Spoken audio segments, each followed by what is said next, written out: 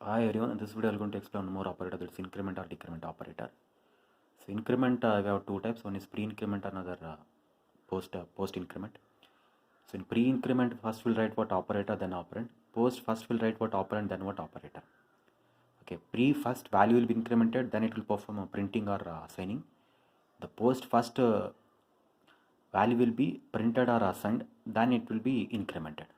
Okay, in the same way about decrement we have two types: pre-decrement and post-decrement. Pre means first value will be decremented, then it will perform printing or assigning. Post first value will be printed or assigned, then value will be decremented. Okay, so I have taken a simple example to explain your increment and decrement operator. So I have taken out on class with name increment and decrement demo. So within which there is a public static void main. So this is the body of class, this is the body of what main. So the first line is a simple message,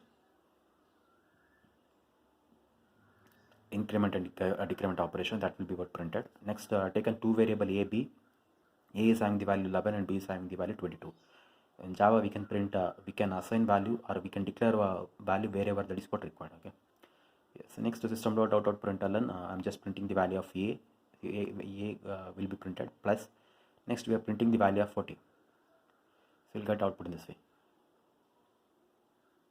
Okay, so second b equal to, this will be printed as it is because we are written within double quote, plus concatenation operator, b value will be printed, it is for 22, so we'll get output in this way. Next so pre-incrementing, next this will be what printed as it is, concatenation operator space plus a, that's a pre-increment. So a value will be incremented, then the value will be what printed. So I would say a value of a 11 plus 1 is how much? 12. So 12 will be what printed. So next you'll get post incrementing b, so you'll get this message plus concatenation operator space, then b value will be printed, then it will be incremented. So it will going to print what 22, then value will be changed to what 23. Next in the next line, if you print value of b, you'll get what 23. So you'll get output in this.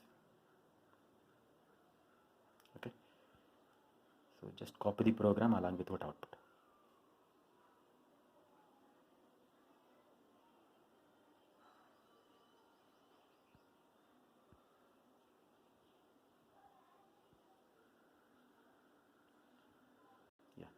Yeah, the next operator is for ternary operator. So question mark followed by colon. Okay, so why it is called ternary operator? Because it will going to take 3 operands. Okay, so syntax is a condition expression. Okay, question mark, then you'll write value 1 colon value 2. Okay, that should end with what? Semicolon.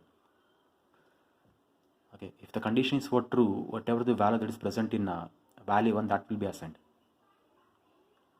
Okay, if condition is for false, whatever the value that is present in value 2, that will be assigned to your variable, whatever you have taken. So I've taken out an example. I'm checking condition whether it is a is greater than what b. So assume a is 15 and b is what 10. Now 15 is greater than what 10, true. Now whatever the value that is in what a, what is the value of 40a? 15, that will be assigned to what res. Assume a is what 5 and b is what 10. Now whether the condition is for true, whether 5 is greater than what 10, false. Now whatever the value that is present in what b, that is 10, that will be assigned to what res. Okay, this is how your ternary operator is going to work. Okay, yeah, the next concept is what operator precedence. Okay, yeah, for operator precedence you just copy this table what as it is. Okay, so first preference for increment or decrement, unary operator, multiplication, division, addition, subtraction, shift, relational, equality, then for bitwise operators, then logical operators, the last preference for a ternary operator. Okay, so and highest precedence must be given to whatever written within a brackets. Just copy this table what as it is.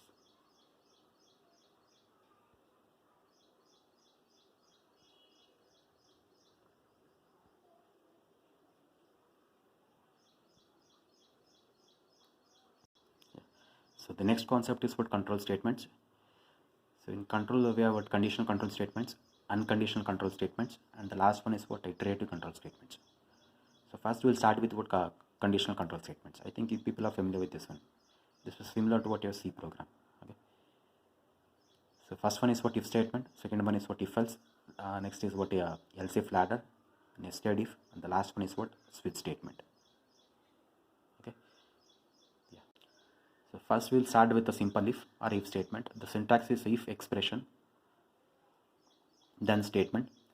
So first it will check the expression. If the expression is for true, it will go and execute what statement. Otherwise it will continue to next statement after the closing bracket. So I've taken out a simple example.